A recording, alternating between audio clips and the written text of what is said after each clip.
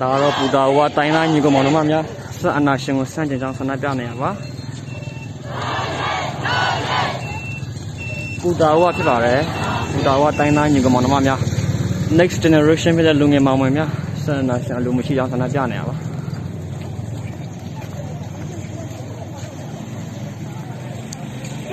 谢谢谢谢导演导演希望的支持你导演导演希望的谢谢谢谢导演导演